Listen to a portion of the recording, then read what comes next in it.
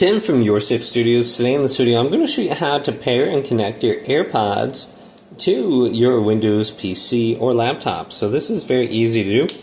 What I want to do is simply just close the case at first here, and then go on down to the Start menu and go to Settings.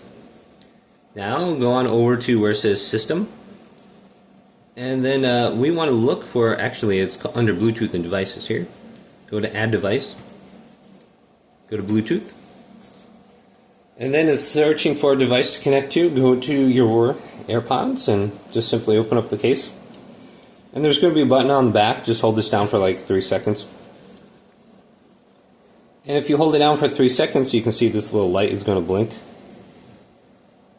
Okay, it's in the pairing mode. We can see it popping up here. We can just hit connect now on my my laptop. And now we are ready to go. This light should now be solid. And our AirPods are now connected, and we can use them on our Windows PC. So we're good to go. I can disconnect them right here if I no longer want to use them. But hopefully this video did indeed help you out. Did leave it a big thumbs up and subscribe my channel down below.